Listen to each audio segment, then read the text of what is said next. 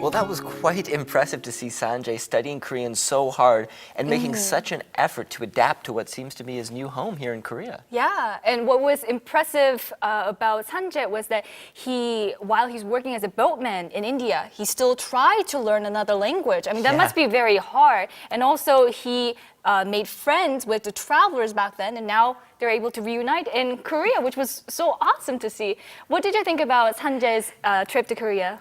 It is very impressive, and people like Sanjay are sort of like an inspiration for us people who are studying the Korean language as well, because you see him studying so hard and seeing him being so good at it, it just makes you question your own ability. Yeah. But Makes you want to try even harder. Exactly. Yeah. And as we saw with Professor... That's a more optimistic way of right, looking at yes, it. I'm an optimist. But yeah, as we saw also with Professor Montgomery, he seems to have a real passion for Korean literature and to help bring it, translate it to English and have more cultures and people be able to experience it. Now, Diana, have you read any Korean literature? I have, actually. I agree with you saying that Professor Montgomery is doing such a good job introducing Korean literature, because the way that I started reading Korean books is because my friend actually introduced me to this Korean book called Please Look After Mom. Oh, that's the one by Shin Kyung-suk, right? Yes, exactly. And it's a really, really good book, and it really made an impression on me, especially the way it dealt with family values and having a strained relationship with your mother and dealing with family issues as well.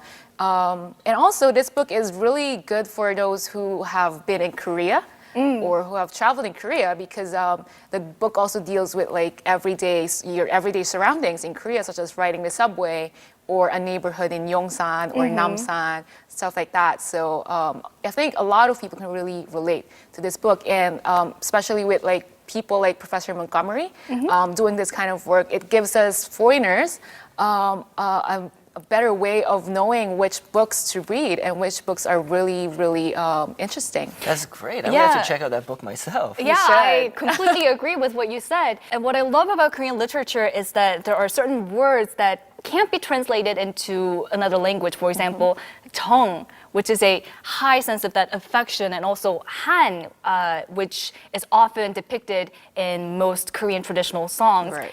And when we saw on the video too, Ryu Shihwa, the poet who helped Sanjay come to Korea, he is well known for his love for India, and he's been helping a lot of Indian students to come to Korea as well. It is really cool to see how Sanjay was able to make his way to Korea thanks to the inspiration he received from a Korean poet. And now let's see how Sanjay and Professor Montgomery are going to explore the history of Korea.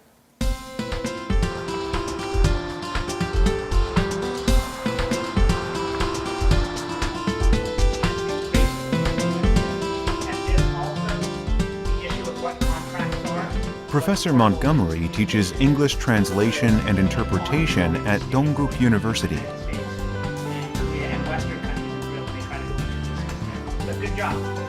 The first thing I'm doing is the sort of attempting to get the information out there, and this is sort of the KTLIT blog and the Wikipedia project that I'm doing with LTI Korea. That's one thing, and I work quite a great deal on that. The other thing I do here at Dongguk is I work with translation students. So I'm teaching the translation experts of the future.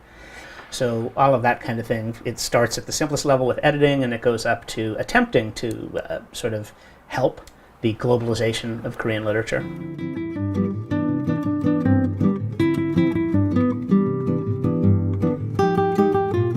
Professor Montgomery received the honorary sole citizenship for his efforts to publicize Korean literature overseas.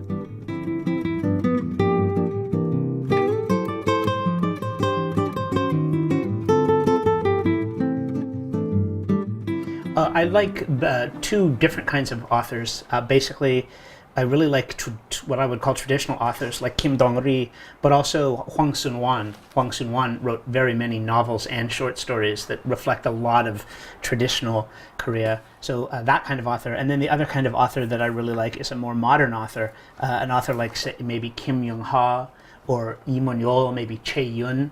And these are authors who are talking about sort of non-traditional modernization and post-modernization things.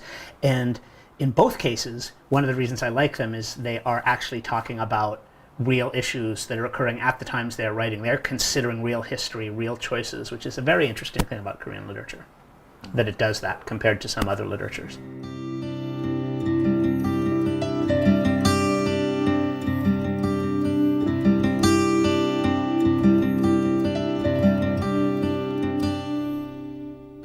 It takes 4 hours by car to reach Gyeongju from Seoul.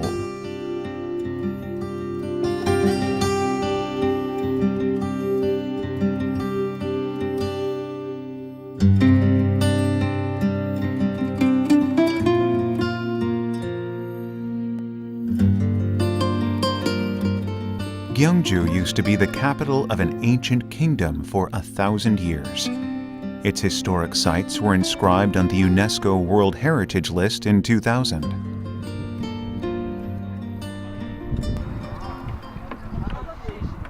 This one here, you can see the three-mound tomb, maybe joint burial of husband and wife. This one is the largest tomb in Korea. Originally, this one was planned to have open museum, but artifacts from that tomb better than this one. So this one is open to the public. This one. Yeah. Will you move there? Yeah, sure. Yeah.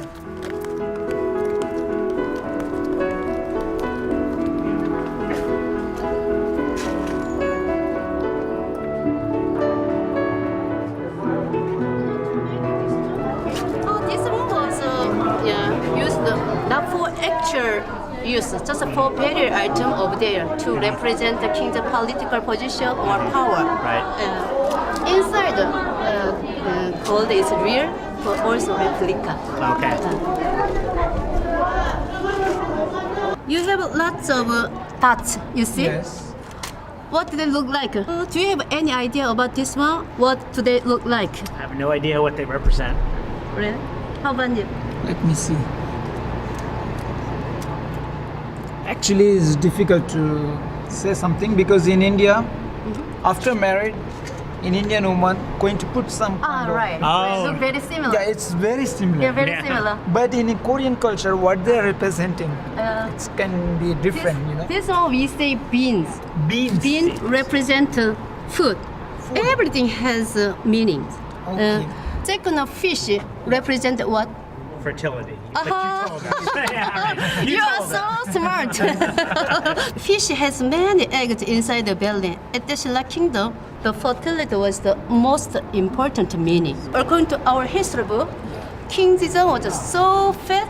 This one is the most important artifact from this tomb because this one was the first painting of the Shilla Kingdom. Oh, really nice patterns around the outside. Yes. Do they have any meaning, or are they just decoration? This one was used, to prevent mud getting onto the rider. Oh, okay. So it was just okay. On the side of the horse. Okay. Kingdom already had a trade with the northern countries. It's amazing how the people of Shilla incorporated art into their everyday lives. More than 10,000 relics were excavated from Cheonmachong, such as the picture of the heavenly horse, golden crowns, and many other burial accessories. These extravagant and exquisite artifacts represent the epitome of the Shilla era art.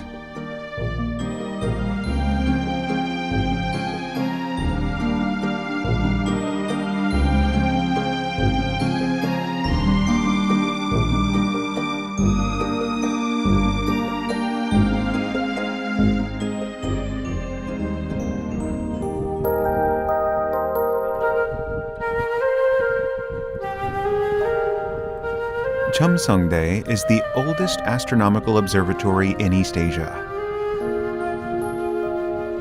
Not only art, but also astrology was highly advanced in the Shilla Kingdom.